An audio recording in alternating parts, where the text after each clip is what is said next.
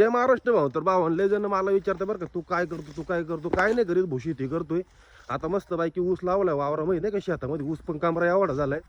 आणि आता गावात एक ट्रॅक्टरवाले भेटले, मी तुम्हाला दाखवतो. हे बघा, या ट्रॅक्टरमध्ये मस्त बायकी ऊसाला माल टाकला 10-12 गोण्या. आता मस्त बायकी ना या गोण्या आपण खाली करू बरं का.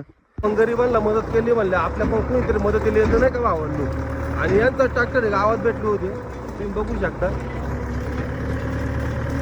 म्हणजे गावात जे आपले टोडीवाले वगैरे येते ना, त्यांचा ट्रॅक्टर घेऊन, म्हणजे तेच बोलले त्यांचा ट्रॅक्टर घेऊन आम्ही आता वावरात गोण्या टाकू राहिलो. पण आपला ऊस आहे बरं का, कसं काय.